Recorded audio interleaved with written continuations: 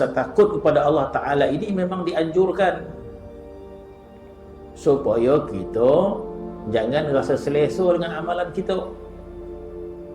Bila kita rasa selesa dengan amalan kita, kita rasa kita ni tidak layak untuk diseksa oleh Allah Subhanahu Wa Ta'ala. Sebab haji dah pergi dah 2 kali, umrah premium dah pergi, umrah rahmah pun dah pergi dah. Banyak umrah kita lah, sedekah pun dah banyak. Jadi kita rasa aman daripada seksaan Allah Subhanahu Wa Ta'ala.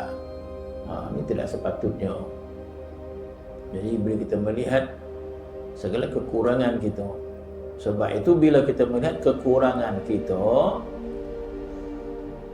maka kita akan melihat maksiat kita dalam ibadat kita. Sekiranya kita melihat kekurangan kita, kita akan melihat maksiat kita dalam ibadat kita, maksiat kita dalam solat yang kita lakukan, maksiat kita dalam ibadat yang kita lakukan. Sebab itu dalam kitab dia menyebut di antara para salihin,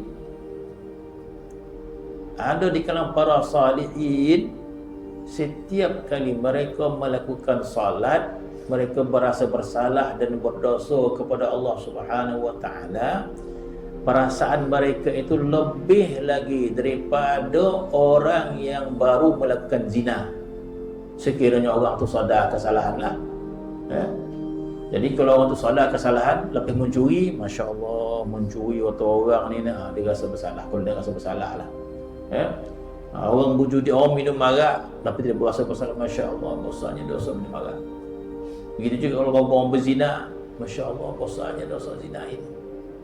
Maka ada kalangan para salihin, mereka berasa bersalah, berasa berdosa kepada Allah Ta'ala selepas melakukan salat. Kita ada tak rasa berdosa bersalat? Ujub ada, anda dan salat, dan paling awal datang masjid ya salat, tak ada kita bersalah ibadat. Tapi di kalangan para salihin, mereka rasa berdosa dalam setiap ibadat yang mereka lakukan itu. Kenapa? Kelalaian hati menghadap pada Allah Subhanahu Wa Ta'ala. Kalau kita menghadap raja, pergi istana menghadap raja, bila duduk depan raja, kita bantai ni WhatsApp, kena pelompang ke tidak agak dek raja tu, biadab ke tidak? Bila kita pergi istana, raja datang nak jumpa kita, tunggu jap, saya ada WhatsApp, saya nak layan kejap. Apa tadi tuanku cakap? Okey, boleh kita agak-agak kena pelompang ke tak dek raja tadi? Memang kono.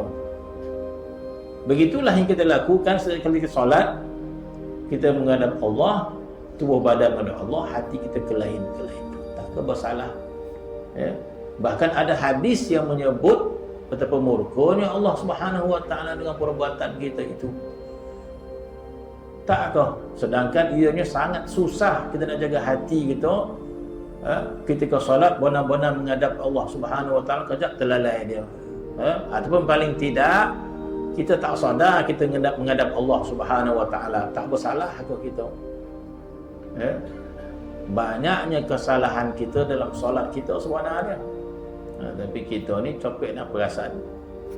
Jadi kita rasa, jadi bermaksud kalau nak rasa takut dengan siksaan Allah, terlampau banyak kita ini layak disiksa oleh Allah Subhanahu Wa Ta'ala.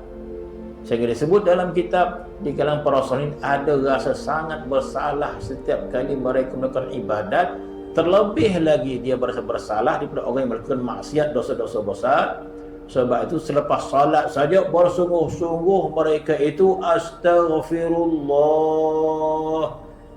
Jadi kita sangka istighfar selepas salat itu dosa kita yang kita curi ke atas kerap main. Kita astaghfirullah lepas salat, itu yang kita berjudi main.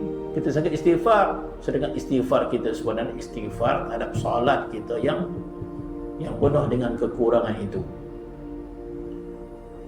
Maka rasa takut kepada azab Allah Subhanahu Wa Ta'ala itu salah satu sifat yang boleh menyelamatkan kita daripada azab Allah Subhanahu Wa Ta'ala. Itu cara dia. Ibadat kita dengan penuh kekurangan, Sedekah kita belum tentu lagi ikhlas. Ibadat kita belum tentu lagi ikhlas.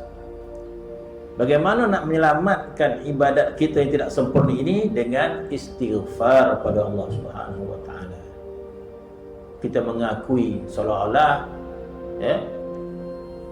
seolah-olah ketika mana kita memberikan sesuatu hadiah kepada seseorang, sebelum orang tu campak hadiah kita, maka kita minta maaf awal-awal. Minta maaf tuan, inilah dia hadiah yang dapat saya bagi tuan, inilah dia dapat saya bagi. Apa bodoh begitu? Bolpen tu tak sampai RM1 tuan. Kalau kita tak buat macam tu, orang tu tengok dicampak. Apa ni kan? Jadi sebelum orang tu marah dengan pemberian kita, kita minta ampun. Kita mengakui kelemahan kita dapat seorang. Begitulah ibadat kita kepada Allah Subhanahu wa taala. Masya-Allah. Sudah kita dah puas dah menjaga solat kita, penuh dengan kekurangan, penuh dengan kelalaian. Apa yang boleh kita lakukan? Minta istighfar pada Allah Subhanahu wa taala. Ya Allah, ampunkan dosaku ya Allah. Ini adalah parih sembahyang yang boleh aku lakukan ya Allah. Penuh dengan kekurangan ya Allah. Layaklah solat kita ini untuk diseksa oleh Allah Subhanahu wa taala. Minta ampun pada Allah Subhanahu wa taala. Ini cara untuk menyelamatkan ibadat kita. Kalau tidak, tidak ada nilainya ibadat kita. Dan layak kita untuk rasa takut pada Allah Subhanahu wa taala.